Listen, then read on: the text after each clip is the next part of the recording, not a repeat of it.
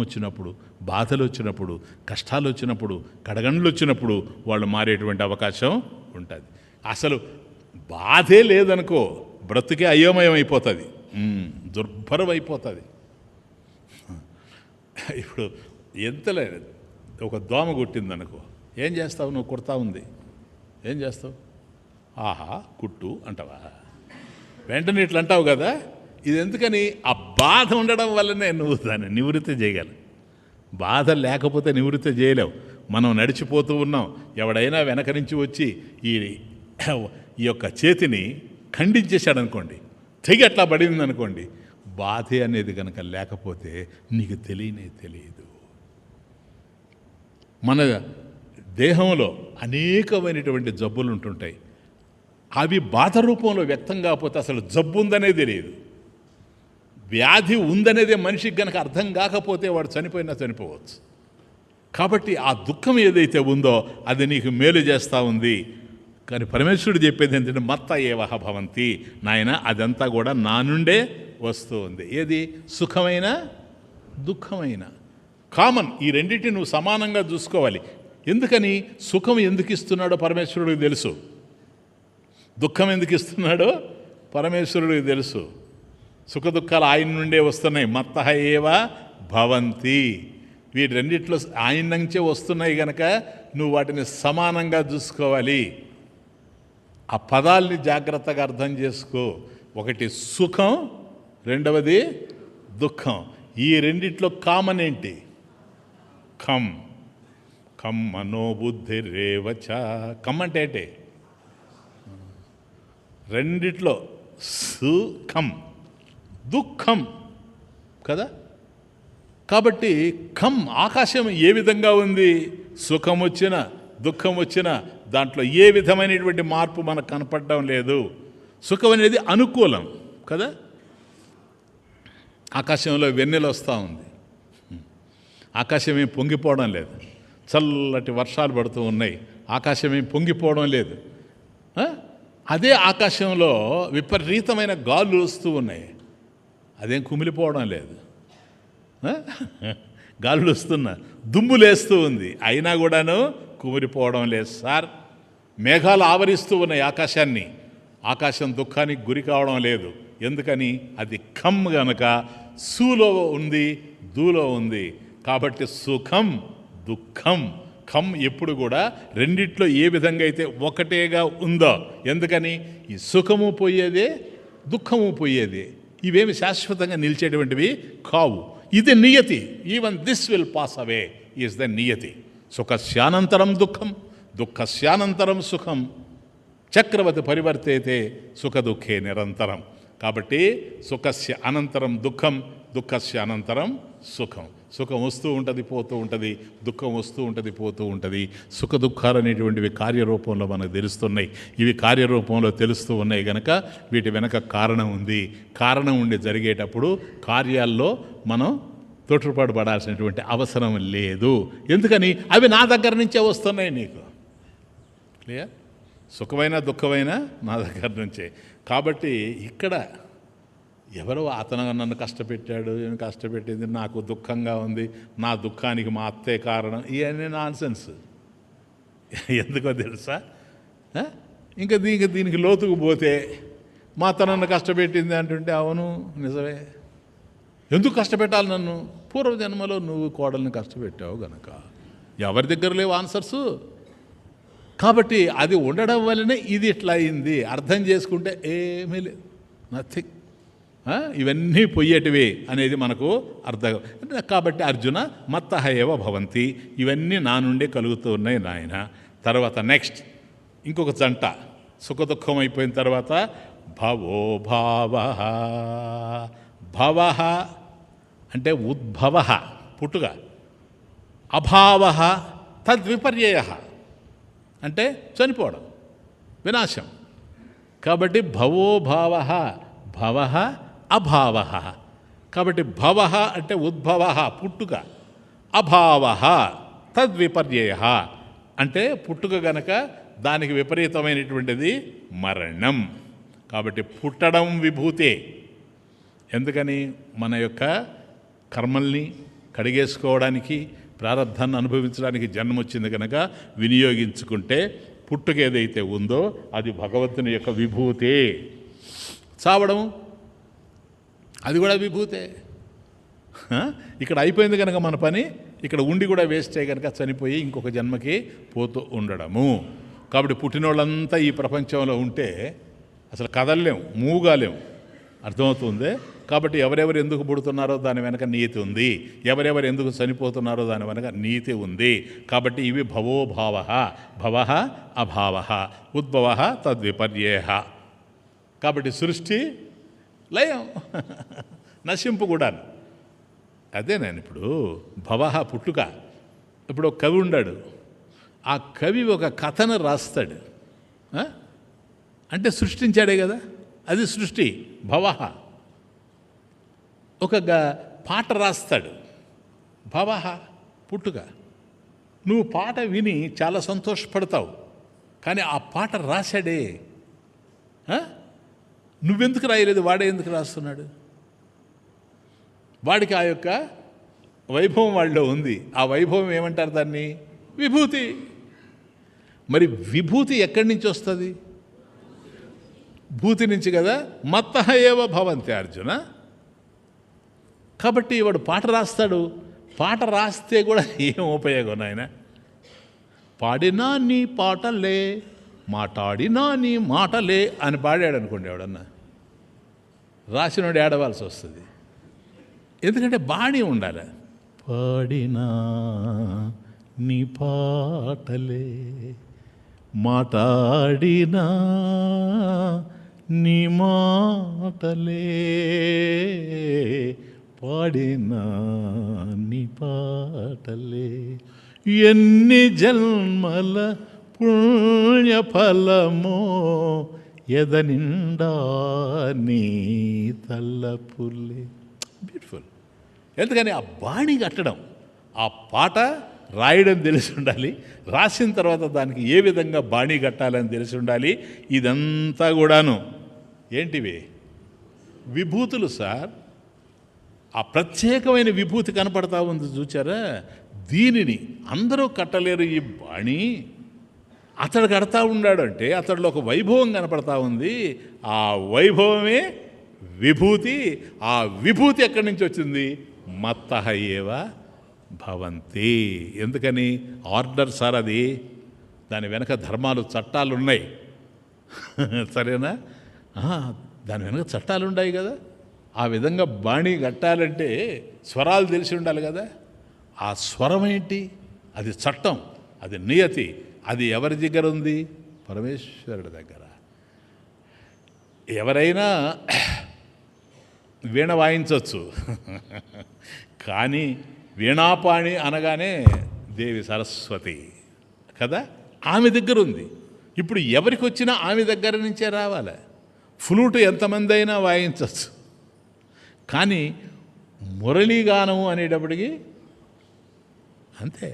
మత్తః ఏవ భవంతి, అక్కడ పూర్ణ రూపంతో ఉంది అని. కాబట్టి ఇది పుట్టుక, ఇది పుట్టుక. దీన్ని భవ, ఉద్భవ, పుట్టుక. ఆ తరువాత భవ అభావ అంటే వినాశం, వినాశం. కాబట్టి పుట్టుక ఆయన దగ్గర నుంచే వస్తూ ఉంది, వినాశం కూడా ఆయన దగ్గర నుంచే వస్తూ ఉంది. గొప్ప వ్యాధితో బాధపడుతూ ఉన్నాం, దుర్భరమైనటువంటి బాధ. కానీ వైద్యుడి దగ్గరకు పోగానే దాన్ని తొలగిస్తూ ఉన్నాడు. తొలగిస్తూ ఉన్నాడంటే ఏంటి? ఆ వ్యాధిని నశింపజేస్తూ ఉన్నాడు. వినాశం, అభావ, నశింపజేయడం. ఆ నశింపజేయడం కూడాను పరమేశ్వరుడి యొక్క విషయం. ఇప్పుడు రైతు చూడు, భవ అభావ. భవ ఉద్భవ అంటే బాగా పంట పండిస్తాడు కదా, పంట పండిస్తాడు. భవ అభావ తద్విపర్యేయ ఏంటి? ఆ ఆహారం వల్ల మన ఆకలిని నశింపజేస్తాడు. భవ ఉద్భవ అభావ ఇవన్నీ కూడాను మత్తః ఏవ భవంతి. కాబట్టి అర్జున, నియతి వల్లే జీవితము. నియతి వల్లే వినాశము. కాబట్టి నియతి నా రూపం గనక, నియతి రూపంలో ఉండేటువంటి వాడిని నియంత, ధర్మ రూపంలో ఉండేటువంటి వాడిని దైవం నేను గనక మత్తః ఏవ భవంతి పృథగ్విధాః, అనేక విధాలుగా ఉండొచ్చు. కాబట్టి భూతానాం పృథగ్విధాః భావాః మత్తః ఏవ భవంతి, నా నుండే అవన్నీ కూడాను కలిసి వస్తూ ఉన్నాయి. తర్వాత ఇంకొక జంట, భయం అభయం. భయం భయంచ త్రాసః, త్రాసః అభయం ఏవచ తద్విపరీతం. కాబట్టి భయము అభయము, భయము భయము కానిది తద్విపరీతం. కాబట్టి చావు అనేటువంటిది అనివార్యం, తప్పదు కదా. తస్మాత్ అపరిహార్యేర్థేన త్వం శోచితుమార. కాబట్టి చావు అనేటువంటిది అనివార్యం, కానీ అది భయ కారణం. కాబట్టి భయంచ అభయమేమచ్చ. కాబట్టి చావు రూపంలో ఉండేటువంటి వాడు పరమేశ్వరుడే. ఎందుకని? చావు కాలంలో వస్తుంది, కాల రూపంలో ఉండేటువంటి వాడు పరమేశ్వరుడు. కాలోస్మి లోకక్షయకృత్ ప్రవృద్ధ అర్జున, కాలస్వరూపం కూడాను నేనే. కాబట్టి ఇది నీకు తెలిస్తే ఒక అర్థం చేసుకోండి, దీనిని గనక నువ్వు అంగీకరించావా, ఈశ్వరుణ్ణి గనక నీ జీవితంలో నువ్వు అంగీకరించావా, ఇక భయం అనేటువంటిది ఉండడానికి అవకాశమే లేదు. కాబట్టి కానీ దాన్ని నేనే నివారించగలను అని గనక నువ్వు అనుకున్నావా, భయం పుట్టుకొస్తుంది. దీని వెనక పరమేశ్వరుణ్ణి, ఈ భయ కారణం కూడా ఈశ్వరుడే అని గనక నువ్వు గుర్తించగలిగితే, నేను చనిపోతాను అని భయంగా ఉందనుకోండి, అలా చనిపోవడానికి మన చేతిలో ఉంది. ఎంతోమంది ఆత్మహత్యలు చేసుకొని కూడా చివరిలో మళ్ళీ బ్రతికిన వాళ్ళు ఉన్నారు. ఆత్మహత్యలు చేసుకుంటారు, ఏమవుతాడని హాస్పిటల్ తీసుకెళ్తాం, లాస్ట్లో లేచి కూర్చుంటాడు. చూసారా తమాషా? వాడు చేసింది ఏంది? వాడేమి ఆత్మహత్య చేసుకున్నాడే కానీ దాని ప్రభావం వాడి మీద లేదు, కొంపలో ఉండే వాళ్ళ మీద ఉంది. ఎందుకని? బిల్లు కట్టేది వాళ్ళు కనుక. కాబట్టి భయంచ అభయమేవచ, ఇదే కదా ఉపనిషత్తులో చెప్పింది తైత్రేయం. భీషాస్మాద్వాతః పవతే భీషోదేతి సూర్యః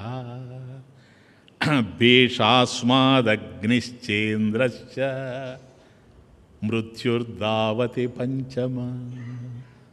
తైత్రేయ ఉపనిషత్. కాబట్టి పరమేశ్వరుడికి భయపడి, చూచారా, భయపడే వాతః పవతే. ఈ గాలి వీస్తూ ఉందంటే పరమేశ్వరుడికి భయపడి, నియతి, నియతికి తల వంచి, నియతికి ఎదురు తిరగబాకు, ఎదురీత మంచిది కాదు. కాబట్టి పరమేశ్వరుడికి తల వంచి గాలి తిరుగుతూ ఉంది. కాబట్టి గాలి నీ ముక్కు దగ్గరకు వస్తూ ఉంది. ఎందుకని? ముక్కే పీల్చేది, పీలిస్తేనే నువ్వు బ్రతుకుతావు అనేది గాలికి తెలియదు. గాలికి కనుక తెలిసిందంటే అసలు రానే రాదు మన దగ్గరికి, పోతే పోతాడులేని. కాబట్టి ఎంత దుర్మార్గులు బ్రతుకుతున్నా ఈ ప్రపంచంలో గాలి వస్తూ ఉందంటే వాయుదేవుడికి ఏమీ లేదు, తన డ్యూటీ తను చేస్తున్నాడు. చేయకపోతే పరమేశ్వరుడు ఆ భయం చేత భీషాస్మాత్ వాతః పవతే భీషోదేతి సూర్య. కాబట్టి సూర్యుడు వెలుగుతూ ఉన్నాడు పరమేశ్వరుడికి భయపడి. భీషాస్మాత్ అగ్నిశ్చ ఇంద్రశ్చ, అందుచేతనే అగ్నిలో వేడి కనపడతా ఉంది. అది పరమేశ్వరుని యొక్క విభూతి గనక. ఇంద్రశ్చ, కాబట్టి ఇతర లోకాలు ఏవైతే ఉన్నాయో స్వర్గాది లోకాలను, వాటిని ఇంద్రుడు పరిపాలిస్తూ ఉన్నాడంటే, చక్కటి పరిపాలన నడుస్తూ ఉందంటే పరమేశ్వరుడికి భయపడి. అందువల్ల ధర్మబద్ధంగా ఉన్నాయి అవి, వాటిలో మార్పు లేదు. ఇక్కడ అధర్మం ఎందుకుందో తెలుసా? భగవంతుడు అనేటువంటి భయం లేదు. అర్థమవుతుందే? కాబట్టి ఎక్కడ నువ్వు భగవంతుడిని అంగీకరిస్తావో అర్జున, మత్తః ఏవ భవంతి. కాబట్టి ఎవరికి ఏ భావాలు కలిగినా నా వల్లే కలుగుతున్నాయి, నాకు తెలియకుండా ఏది చేయలేడు ఈ ప్రపంచంలో, ఎవరు ఏది చేసినా కూడాను నా జ్ఞానాన్ని తప్పుకొని పోయే అవకాశం లేదు అనేటువంటి సత్యం కనుక నీకు అర్థమైందంటే నువ్వు నీతిని అనుసరిస్తూ ధర్మబద్ధంగానే జీవిస్తావు. అందువల్ల మృత్యుర్దావతి పంచమ. చూసా, చివరికి యముడు కూడాను మన చేతిలో లేదు. ఆ టైంకి పోతుంది, దేహం రాలిపోతుంది. అది కూడాను నియతే. ఇదంతా ఈశ్వరుడే.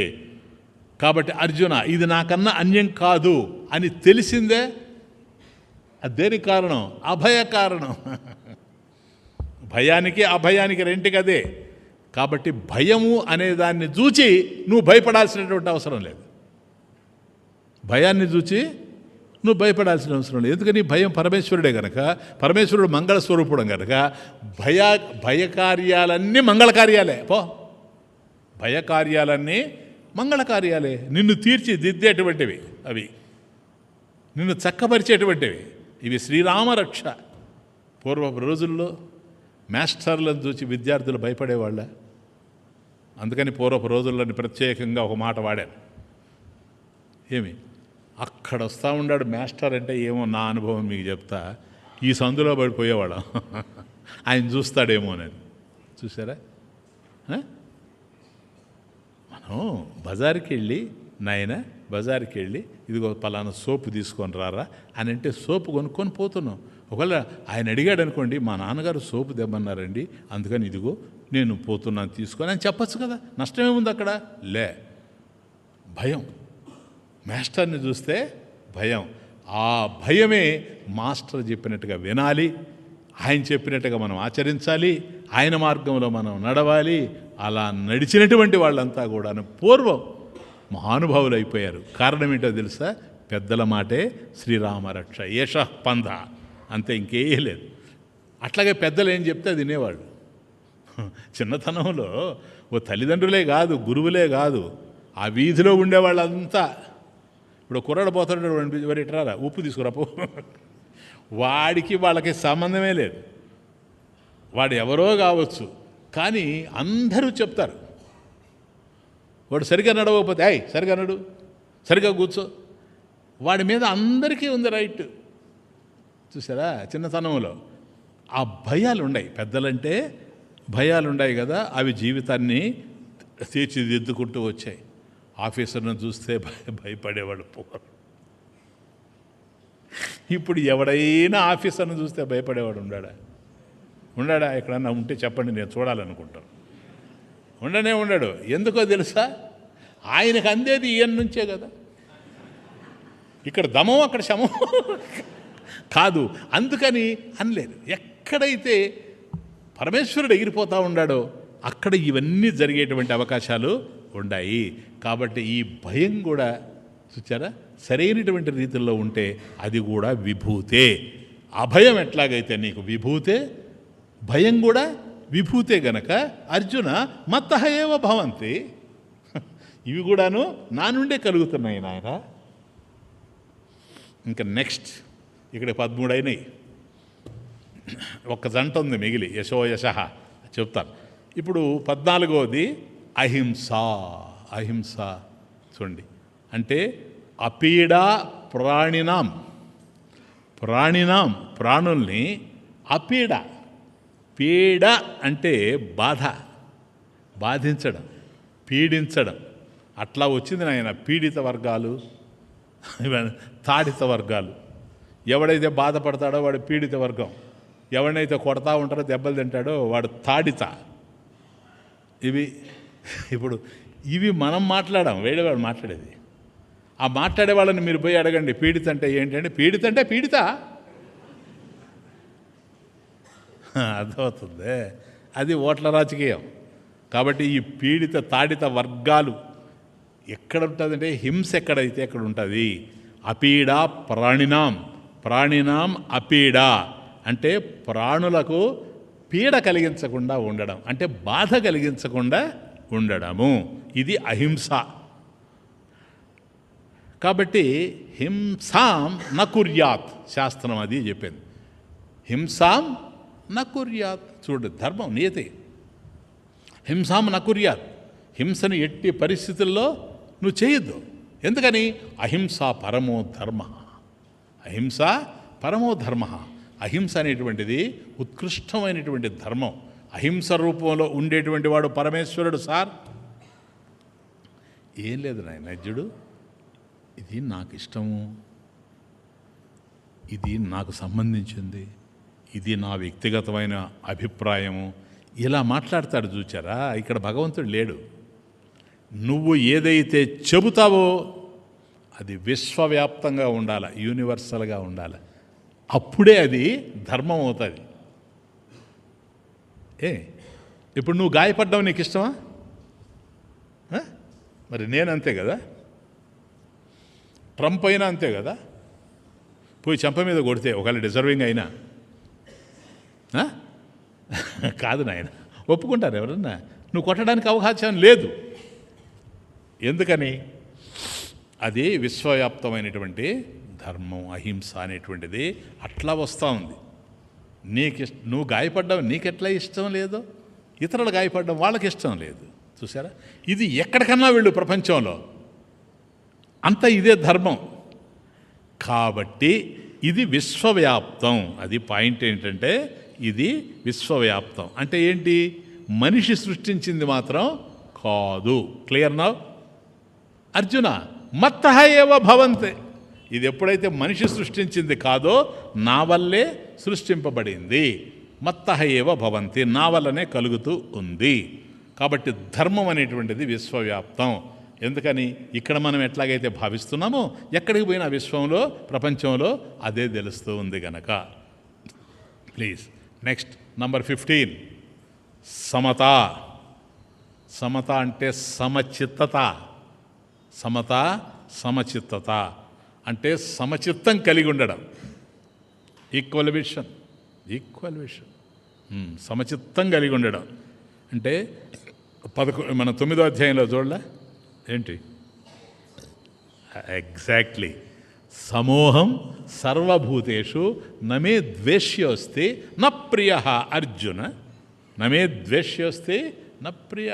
దీనికి ముందే కదా నాయన 29వ శ్లోకం కదా.